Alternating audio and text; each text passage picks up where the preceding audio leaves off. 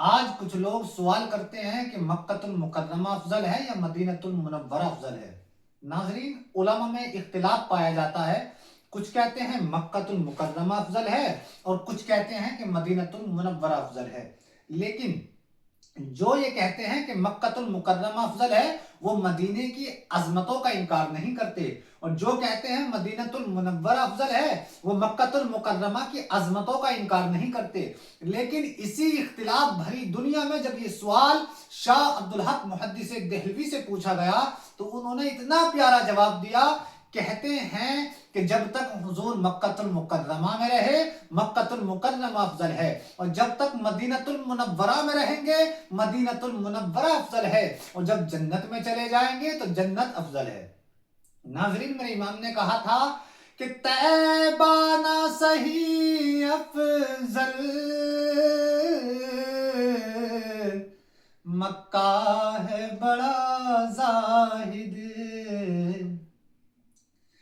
طیبہ نہ صحیح افضل، مکہ ہے بڑا زاہد، ہم عشق کے بندے ہیں،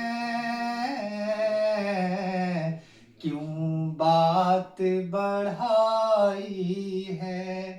ناظرین، یہی سوال جب بریلی کے امام الشاہ امام احمد رضا خان فاضل بریلوی سے کیا گیا، ایک شخص سے بات ہو رہی تھی تو کہنے لگا کہ مکۃ المکرمہ افضل ہے۔ ناظرین، میرے امام نے کہا نہیں، مدینۃ المنورہ افضل ہے۔ وہ کہتا ہے لا اقسم بہذا البلد وانت حل بہذا البلد، لیکن میرے امام کہتے ہیں اگر تو وانت حل پر ہی غور کر لے تو تجھے پتہ لگ جائے گا کہ مدینۃ المنورہ افضل ہے۔ ناظرین، وہ کہتا ہے نہیں، مکۃ المکرمہ افضل ہے۔ یہ اس شخص سے بات کر رہا ہے جس شخص کے پاس دلیلیں ہاتھ جوڑ کر کھڑی رہتی تھی، جو ایک لائن تحریر کرتا تو اس کے 20-30 حوالے دے کر اٹھتا تھا۔